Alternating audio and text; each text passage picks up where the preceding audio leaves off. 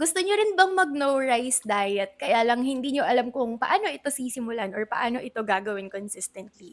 For today's video, i-share ko sa inyo yung kinakain namin sa loob ng isang araw. Sa umaga, eto si husband, nagluluto siya or gumagawa siya ng kanyang adobo.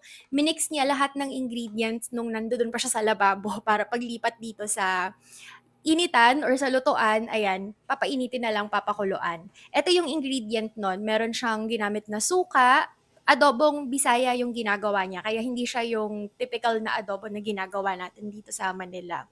So, meron siyang suka, tapos asin lang yon, tapos merong garlic, kaya lang wala kasi kaming fresh na garlic, kaya fried garlic yung ginamit. Tapos yun lang, pinakuluan hanggang sa mawala yung tubig, tapos niluto-luto hanggang sa magmantika, tapos yan na yung product.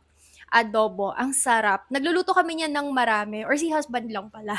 Nagluluto siya ng marami, tapos ilalagay lang namin sa ref, i-air fry, tapos yung iba naman ginagawa ko sinisigang ko, or nilalagay kong pangsahog sa sinigang. Yan yung aming first meal. Para sa aming second meal, pero hindi siya matatawag na meal kasi parang ano lang to, snack.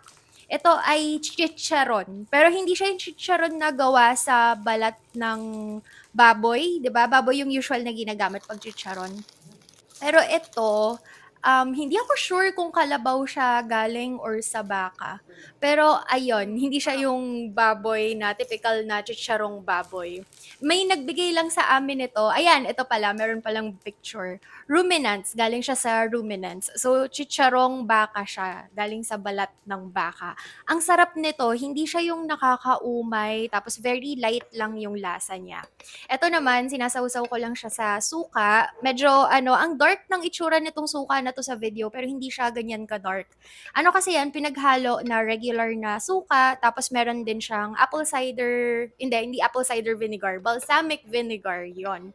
Kaya siya naging dark yung kulay. Tapos medyo may lumulutang na mga buto-buto ng sili. Kasi dati, sobrang daming sili nito. Kaya lang every time kasi na kumakain ako, sinasama ko yung sili. Kinakain ko rin yung sili, kaya naubos na. So, eto, ang aming second meal or snack.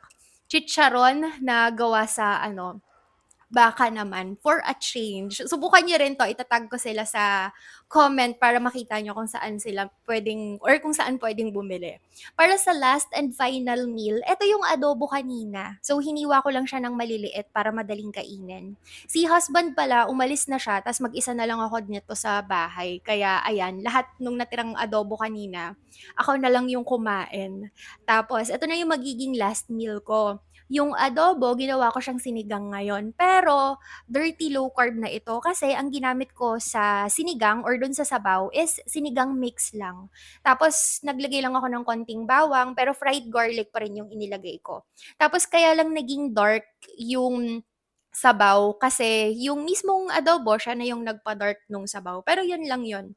So, dalawang hard-boiled egg tapos yung leftover na adobo namin kanina. Usually kasi marami kaming leftover kaya lang this time yung niluto ni husband, ayun, ewan ko ba bakit naging sakto lang for a day. Pero ayan, usually weekly talaga nagluluto siya ng adobo na good for ilang days na para sa mga ganitong pagkakataon.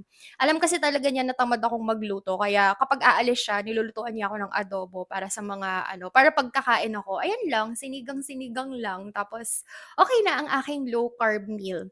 So on most days naka 2 meal a day ako, on some days naka 1 meal a day naman ako, pero may mga days din na hindi ako nagfa-fasting.